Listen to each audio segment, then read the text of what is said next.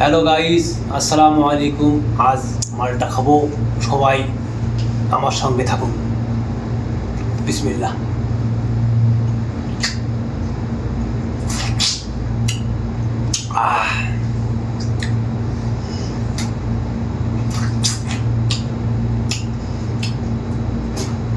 আর এইটা দেখছেন নি, এইটা কীভাবে খাতে হয় আপনাদের আজকে আমি দেখাবো। সৌদি আরব একটা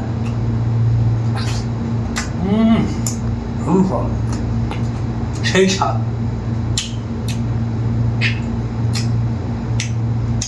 সবাই খোসা সহকারে খাবেন, ভালো লাগবে। আর এইটা কিন্তু খালে বারে শত উপকার হবে।